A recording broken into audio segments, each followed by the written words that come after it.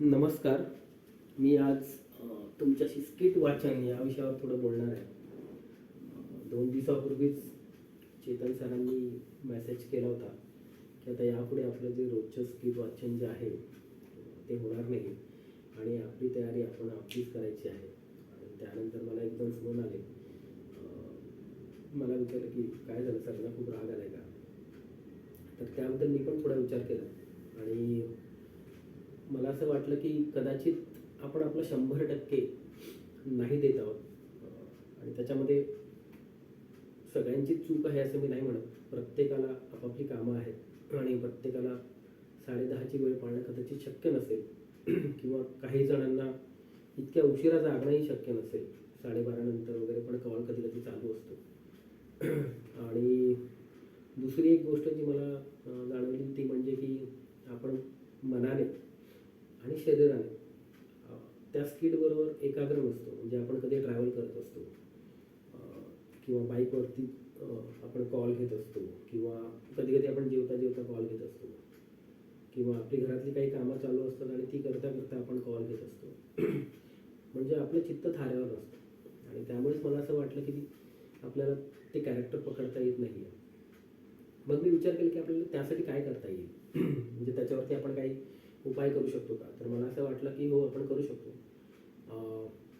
आपण जेव्हा आपली दिवसभराची सगळी कामं संपवू आणि घरामध्ये अगदी शांतता असेल, कोणी आपल्याला डिस्टर्ब करणार नाही, अशा वेळेस आपण एका शांत ठिकाणी बसावं. आपला फोन जो आहे तो फ्लाईट मोडवरती टाकावा, इंटरनेट बंद करावं आणि आपणच आपल्या वाक्यांचं किंवा वाचनाचं शूटिंग करावं असं मला वाटलं. आणि ते मी आज तुमच्यासमोर थोडं करणार आहे.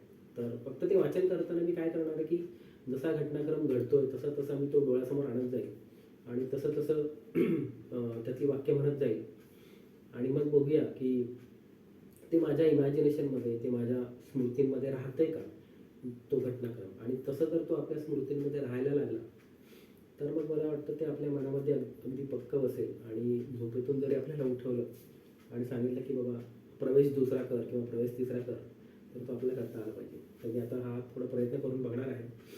तर तुम्ही बघू शकता की माझ्या घरी अगदी शांतता आहे. म्हणजे माझ्या भिंतीवरचं जे घड्याळ आहे त्यातल्या काट्यांचा पण मला आवाज येतोय. तर तेजस्वी या स्किटचं मी आता वाचन करणार आहे. तर तेजस्वीमध्ये सकाळी श्रेयस जो आहे तो देवाची पूजा करत असतो आणि श्रेया जी असते ती ऑफिसची तयारी करत असते, नकुल पण ऑफिसची तयारी करत असतो. तेजस्वीचा आज रिझल्ट आहे, ते रिझल्ट बघण्यामध्ये बिझी आहे मोबाईलवरती. आणि सकाळच्या प्रार्थनेनंतर श्रेयाचं पहिलं वाक्य आहे, काय ग आज रिझल्ट ना? हो ग बहिणी, तेच बघते. तसंही पास होऊन नवऱ्याच्या घरी भांडेच तर घासायची आहेत. तू जरा शांत बसलीस तर बरं होईल श्रेया. हो ना. आणि तू तरी कुठे भांडी घासते तिथे येऊन? तू फक्त उलट बोलायला शिक हा. जा ना, कामावर जा आता. आणि बायको आण आता. मी मेली किती दिवस मरू? असं श्रेया बोलते आणि इतक्यात आई सगळ्यांचे डबे घेऊन येते. म्हणजे तो एक विरोधाभास आहे. आणि मग आई सगळ्यांना डबा देते आणि मग आई जेव्हा परत जात असते तेव्हा शेजारच्या काकू येतात. श्रेयसची आई, ओ श्रेयसची आई, जरा साखर देता का?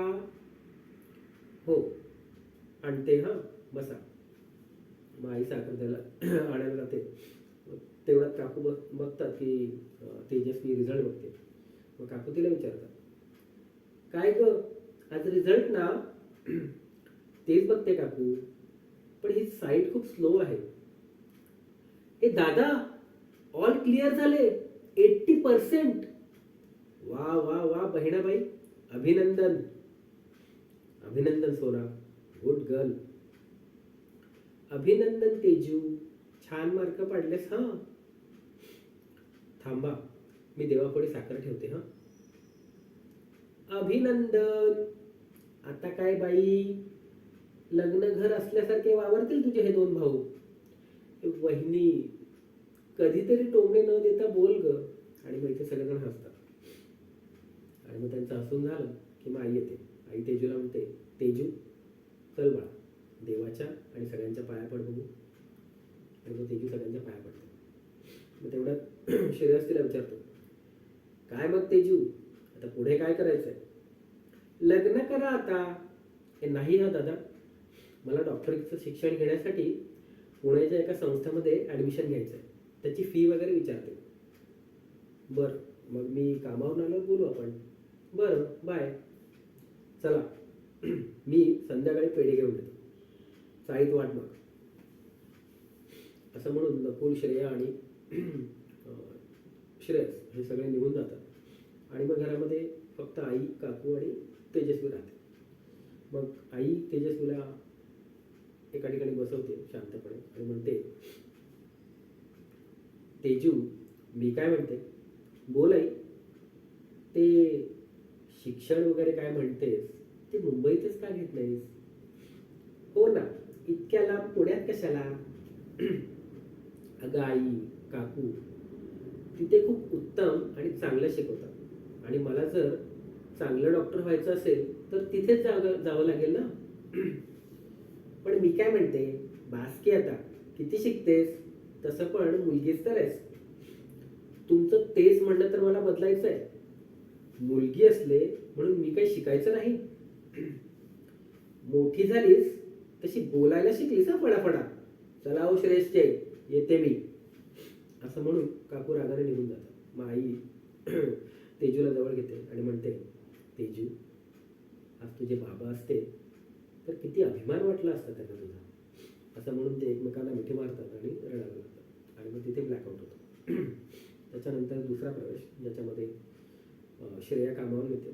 ती बघते की तेजस्वी टी व्ही पाहते आणि मग श्रेया ऑफकोर्स कामावून आले असते आणि दमलेली असते आणि थोडंसं तेजस्वीला कामाला लावायचं म्हणून ती म्हणते, तेजू, जा जरा पाणी घेऊन ये. मग तेजस्वी जाते, पाणी घेऊन येते. तितक्यात दादा येतो ऑफिसमधून आणि बसतो आणि मग तेजस्वी बघते की दादा आलाय. मग ती त्याला न मागता पाणी आणून देते आणि म्हणते, हे घे दादा पाणी. मग वहिनी लगेच म्हणते, दादाला बरं न मागता पाणी मिळतं ग, मला सांगावं लागतं. तिचा सोड ग, तू मला सांग, तू सकाळी जे म्हणत होतीस त्याची चौकशी केलीस का?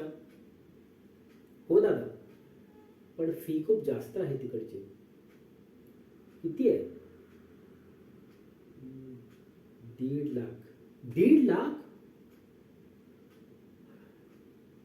कठीण आहे, पण करू काहीतरी ऍडजस्ट. कुठून आणणार आहेस इतके पैसे? तू जरा तुझं तोंड बंद ठेव आणि आज जा. अगं, तुझे दोन्ही भाऊ जिवंत असताना तू टेन्शन कसलं घेतेस? करू काहीतरी मॅनेज. जा आता, जेवणाची तयारी कर. असं म्हणून ते सगळे आतमध्ये जायला लागतात. आईचा हातून आवाज येतो, ताट वाढली आहेत, चला ग. श्रेया, ये ग लवकर. मला नकोय, तुम्ही जेवून घ्या. असं म्हणून तो प्रवेश पुन्हा ब्लॅकआउट होतो. आणि मग हा झाला प्रवेश दुसरा. त्याच्यानंतर प्रवेश तिसरा, ज्याच्यामध्ये आता नकुलला कळत नाही की काय करणार आहे दादा ऍक्च्युली तेजस्वीच्या फीचं. नकुल सकाळी सकाळी ऑफिसला जाताना श्रेयसला विचारतो, दादा, तेजूच्या फीचं काय करणार आहेस तू? बघू आता काय मॅनेज होते ते. हे घे, ही चेन विक. अरे, हे कशाला? हे राहू दे, मी बघतो काय ते. दादा, मी पण मोठा झालो आता, ठेव, राहू दे. असे म्हणून ते एकमेकांना मिठी मारतात. तितक्यात पुन्हा काकूंची एंट्री होते. तेजू, ए तेजू. काय झालं काकू? आज सकाळीच? अरे हे बघ काय आलं पेपरात. काय हो काकू? अगं, तेजू जो क्लास म्हणत होती ना, तो मुंबईत सुद्धा आहे आणि तोही कमी खर्चात. अरे वा, बरं आहे की. नाही, तेजू पुण्याला शिकायला जाणार. नकुलला आणि मी तसं प्रॉमिस केलंय तिला. एवढे पैसे काय ढगातून आणणार आहेस? ते आम्ही आमचं बघू, तुझा कामावर. आणि मग ती तडकाफडकी कामावर निघून जाते आणि मग आई येते. आई मग थोडं श्रेयसला समजायचा प्रयत्न करते.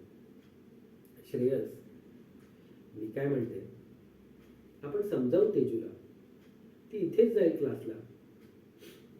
आई, आता तू पण सुरू नको करूस, तू डबा दे मला, उशीर होते मला.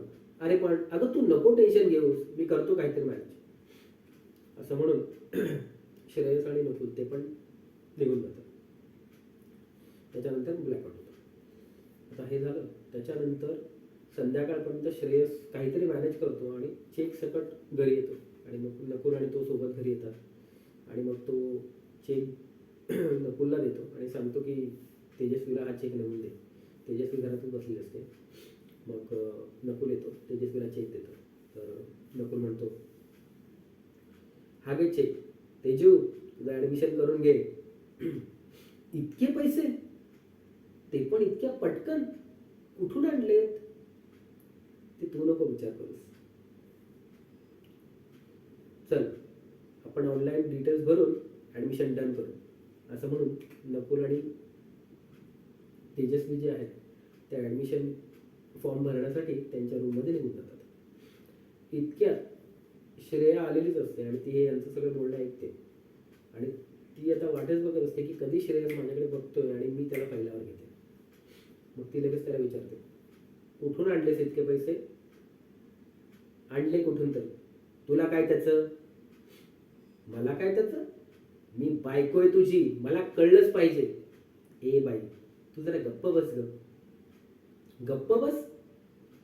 मी काही मागितलं तर 1000 रुपये नसतात तुझ्याकडे आणि 1.5 लाख रुपये एका दिवसात कुठून आणलेस तू? ह्या बहिणीसाठी 1.5 लाख आणलेस आणि माझ्यासाठी तुझ्याकडे पैसे नसतात. ए वहिनी, प्लीज भांडू नकोस ग. माझ्यामुळे उगाच तुमच्यामध्ये वाद नको. तू जाशील ग 1.5 लाख घेऊन, पण इथं वर्ष आम्हाला परत घालावे लागणार आहेत. असं म्हणून श्रेया एकदम तावातावाने निघून जाते. मग तेजस्वीला वाटतं कुठून म्हणजे मी ॲडमिशन घेतलं आणि काय केलं. पण श्रेयस तिला डोळ्याने सांगतो की तू काही काळजी करू नको, मी आहे, तू फक्त शिक्षणावर लक्ष केंद्रित कर. असं म्हणून पडदा पडतो. त्याच्यानंतर मग 4 वर्षानंतरचा प्रसंग दाखवला की ज्याच्यामध्ये आता 4 वर्षांनी पहिल्यांदा तेजस्वी डॉक्टर होऊन घरी परत येणार आहे. आणि मग त्यावेळेस श्रेयस आणि आई हॉलमध्ये बसलेले आहे. तर श्रेयस आईला म्हणतो, आई, आज 4 वर्षानंतर आपली तेजू परत येणार. तिला आता मस्त मोठ्या पगाराची नोकरी मिळेल. इतक्यात काकू येतात. आली का रे तेजू? नाही हो काकू, नकुल गेला आणायला, येईल इतक्यात. आणि मग इतक्यात नकुल आणि तेजस्वी येतात आणि मग काकू आणि आई तिला ओवाळतात आणि मी त्यांच्या पाया पडतो आणि नंतर दादाकडे जाते. आणि मग दादा म्हणतो, दादा, मी तुझं स्वप्न पूर्ण केलं. हो बाळा, I am proud of you. मी टू. ए बहिणी, सॉरी, माझ्यामुळे उगाच तुम्हाला दिवस कष्टात काढावे लागले. It's okay. तसंही तुमच्या भावा बहिणीचं प्रेम कळायला मला जरा वेळच लागला. म्हणजे अगं म्हणजे तू नाही, काही नाही ग. ए बहिणी, तू सांग मला, शपथ आहे तुला माझी. अगं तुझ्या दादानी त्या 1.5 लाख रुपयांसाठी स्वतःची किडनी विकली आणि नकुलने चेन. काय? दादा, अरे हे काय केलंस तू? मला मोठं करताना तू तुझं आयुष्य का कमी केलंस? ते काय नाही, मी आता झाले ना डॉक्टर, असा आईला शोधून काढेन की माझा दादा माझ्यापेक्षाही जास्त वर्ष जगेल आणि आनंदी जगेल. असं म्हणून एंटायर फॅमिली गेट्स टुगेदर, सगळेजण एकत्र येतात आणि मग तिथेच नाटकाचा शेवटचा पडदा पडतो. अशा प्रकारे मला माहिती नाही साधारण 15 मिनिटाचा वेळ लागला असेल रेकॉर्डिंग करायला. तर तुम्ही तुमच्या स्किटचं रेकॉर्डिंग असं करू शकता. तुम्हाला इतर वाक्य पाठ नसेल तर तुम्ही ते बघून म्हणू शकता. आणि तुम्हाला जेव्हा कम्फर्टेबल असेल त्यावेळेस तुम्ही अशी प्रॅक्टिस करून स्किटची स्वतःची प्रॅक्टिस करू शकता. Okay, thank you.